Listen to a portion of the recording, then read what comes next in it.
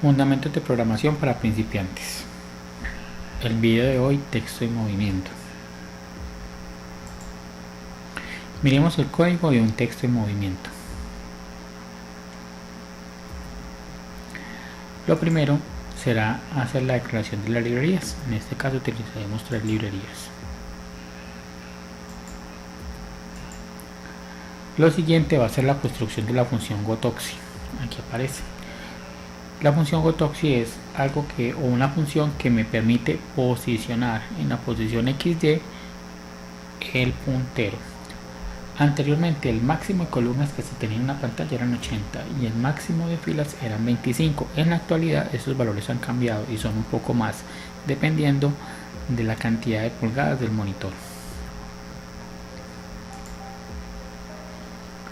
Como ustedes pueden observar, aquí aparecen X y Y, son dos variables que las hemos convertido en un parámetro que hacen parte de la función gotoxi para después ser utilizadas aquí y decir que gotoxi tiene una posición y que el puntero se coloque allí o lo que yo desee mostrar por pantalla.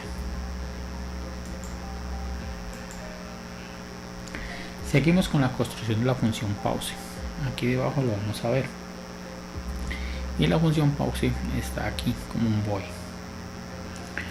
En la función pause aparece la variable a, aquí está, y esta variable lo que me va a hacer es dar la cantidad de segundos que se va a demorar. Para el ejemplo está dada en 200 milisegundos, podría darle más o podría darle menos de acuerdo a la necesidad de cada usuario. Esto me va a permitir el ritmo de movimiento del texto. En este caso el texto que veremos en pantalla dirá presione una tecla para continuar.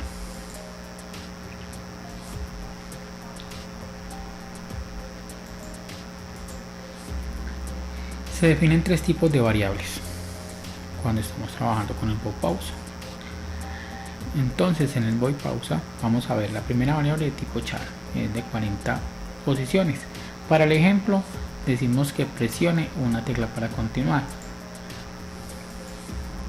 Una variable de tipo auxiliar que es de tipo char también y que tiene como objetivo guardar la primera letra del texto, en este caso guardaría la P,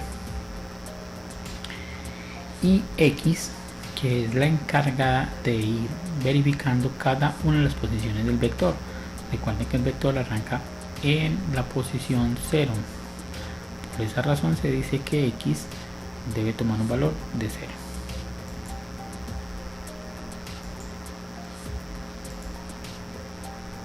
Cabehit, aquí aparece.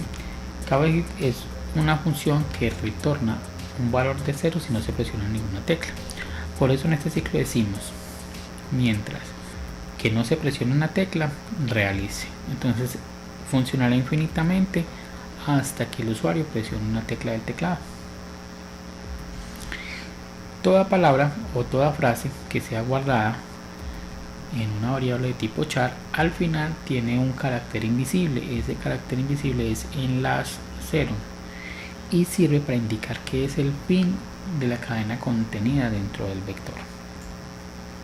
Miremos un ejemplo. Si yo tengo la palabra texto, al final tendré un símbolo que me indica que esa palabra termina allí.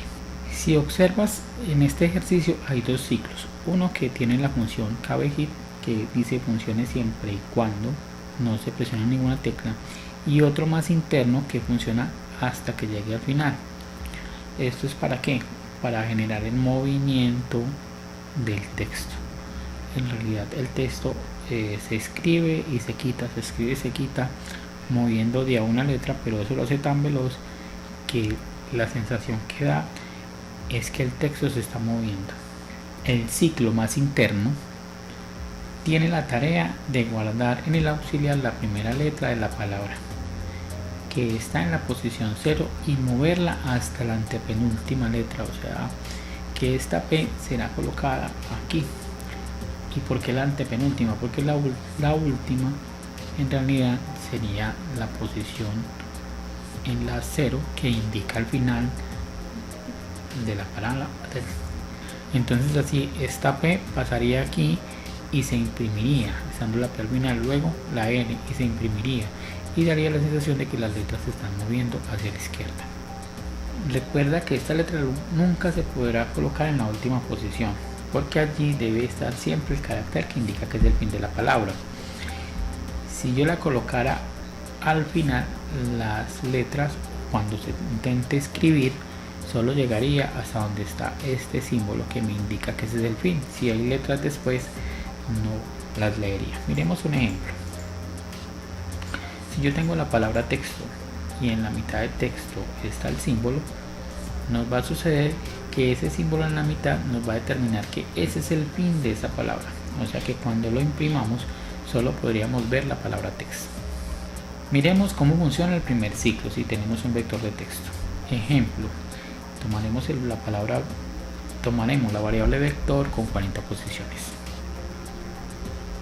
Aquí se observa cómo la hemos declarado. Vamos a suponer que en él guardamos la palabra texto y no la que está aquí en este caso. Ahora, antes de ingresar al primer ciclo, se iniciarán dos valores, el de x, que será igual a 0 para poder acceder a la primera posición del vector, y el de auxiliar, que tomará el valor de la primera posición del vector. En este caso será la letra t. Auxiliar tomará el valor de la primera posición del vector, para este caso la letra t.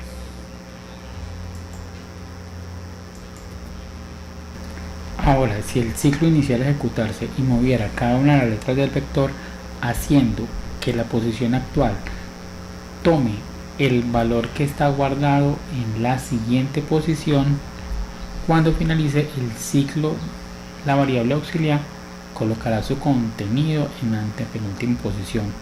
Ejemplo, la palabra texto. Y lo que va a hacer esto que está aquí, esta instrucción, es mover las letras hacia la parte izquierda. Entonces la S se desplazará, la X se desplazará, la T se desplazará, la O se desplazará, y auxiliar tiene guardada la primera letra, o sea la T, y la colocará al final, en la antepenúltima letra. Y esto se va a imprimir en pantalla. Esto lo hará tantas veces que pensaremos que el texto se está moviendo. Observemos detenidamente cómo funciona. La primera vez que se ejecuta, y esto sería lo que muestra. La siguiente vez, y esto sería lo que muestra. La cuarta vez, y esto sería lo que muestra. Una quinta vez, y esto sería lo que mostraría. Y la última vez, esto sería lo que mostraría si lo moviéramos 5 o 6 veces. Y lo que mostraría, lo que nosotros veríamos por pantalla, sería que la palabra texto está moviéndose de forma circular.